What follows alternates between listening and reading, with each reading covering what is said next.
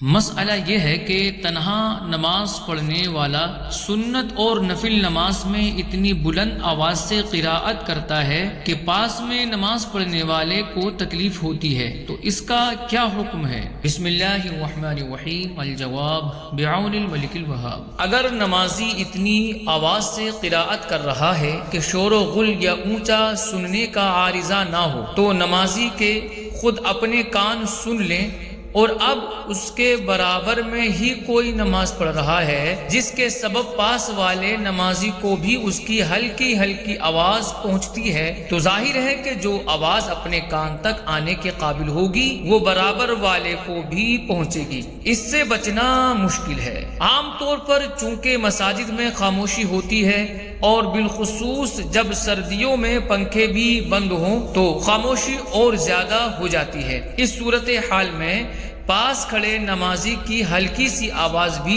تیز معلوم ہوتی ہے۔ ہاں، اگر کوئی واقعی اتنی تیز آواز سے قراءت کر رہا ہو کہ جس کی وجہ سے آس پاس کے نمازیوں کو نماز پڑھنے میں تکلیف کا سامنا ہو، تو اس کا اتنی تیز آواز سے قراءت کرنا جائز نہیں ہوگا۔ اس پر لازم ہے کہ اتنی آہستہ آواز سے قراءت کرے کہ اپنے کانوں تک بھی آواز پہنچنے کے قابل ہو اور آس پاس کے نمازیوں کو بھی تکلیف نہ ہو۔ بلکہ اگر دن کے سنن و نوافل ہوں تو تنہا نماز پڑھنے والے پر سری یعنی آہستہ آواز سے قراءت کرنا واجب ہے۔ اگر تنہا نماز پڑھنے والے نے دن کے سنن و نوافل میں اتنی بلند آواز سے قراءت کی کہ اگر اس کے پیچھے صف ہوتی تو پہلی صف کے افراد بھی آواز سن لیتے، تو یہ جہر یعنی بلند آواز سے پڑھنا کہلائے گا۔ اس صورت میں دن کے نوافل میں جہر کرنے کی وجہ سے جان بوجھ کر ترک واجب ہوگا،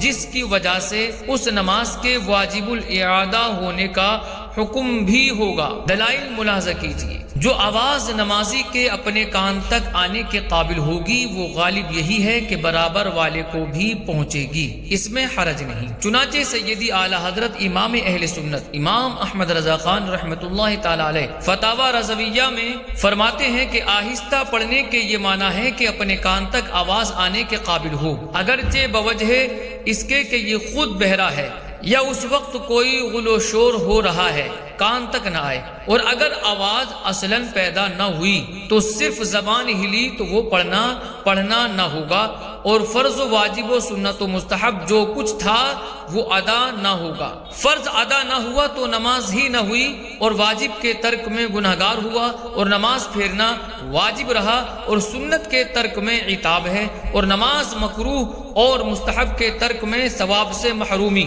پھر جو آواز اپنے کان تک آنے کے قابل ہوگی وہ غالب یہی ہے کہ برابر والے کو بھی پہنچے گی، اس میں حرج نہیں۔ ایسی آواز آنی چاہیے جیسے راز کی بات کسی کے کان میں منہ رکھ کر کہتے ہیں۔ ضرور ہے کہ اس سے ملا ہوا جو بیٹھا ہو وہ بھی سنے، مگر اسے آہستہ ہی کہیں گے۔ اتنی بلند آواز سے قراءت کے جس سے ساتھ والے نمازیوں کو تکلیف ہو شرعاً ممنوع ہے۔ چنانچہ مسند احمد کی حدیث پاک میں ہے، حضرت علی رضی اللہ تعالیٰ عنہ سے روایت ہے، فرمایا کہ حضور صلی اللہ علیہ وسلم نے منع فرمایا کہ کوئی شخص عشاء سے پہلے اور بعد بلند آواز سے تلاوت کرے کہ وہ اپنے ساتھیوں کو مغالطہ میں ڈال دے حالانکہ وہ نماز پڑھ رہے ہوں۔ فتاوی رضویہ شریف میں ہے کہ سیدی اعلی حضرت امام اہل سنت رحمۃ اللہ تعالی علیہ سے سوال ہوا کہ ایک یا زیادہ شخص نماز پڑھ رہے ہیں یا بعد جماعت نماز پڑھنے آئے ہیں اور ایک یا کئی لوگ بآواز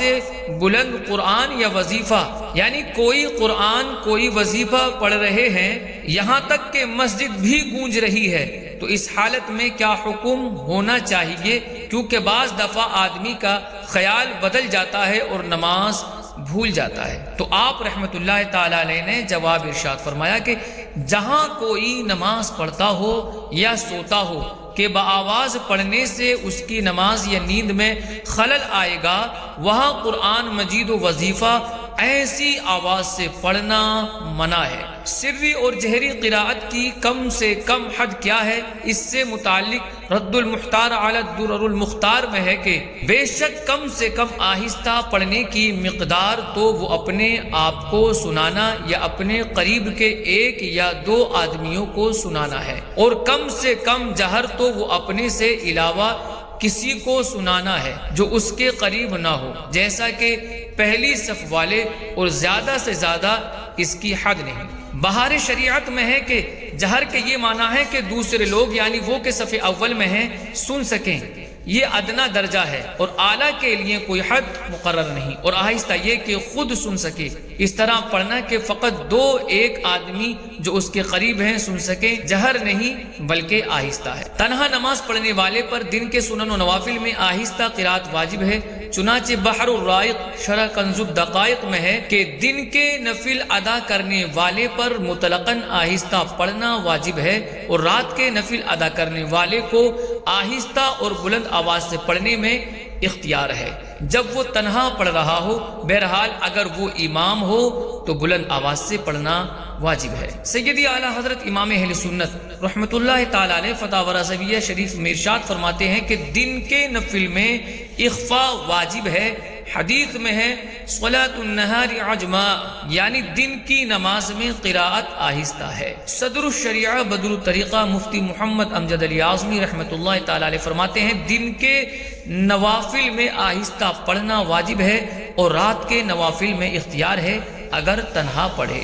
قصداً واجب کے ترک کرنے سے نماز واجب الاعادہ ہوگی، چنانچہ بحر الرائق میں ہے کہ بے شک جب واجبات نماز میں سے کسی واجب کو عمدن ترک کیا تو اس کی کمی پوری کرنے کے لیے نماز واجب الاعادہ ہوگی۔ امام ولی والجی رحمۃ اللہ تعالی علیہ نے اپنے فتاوی میں ذکر کیا ہے کہ جب کوئی واجب عمدن ترک کیا تو سجدہ سہو سے اس کی کمی پوری نہیں ہوگی۔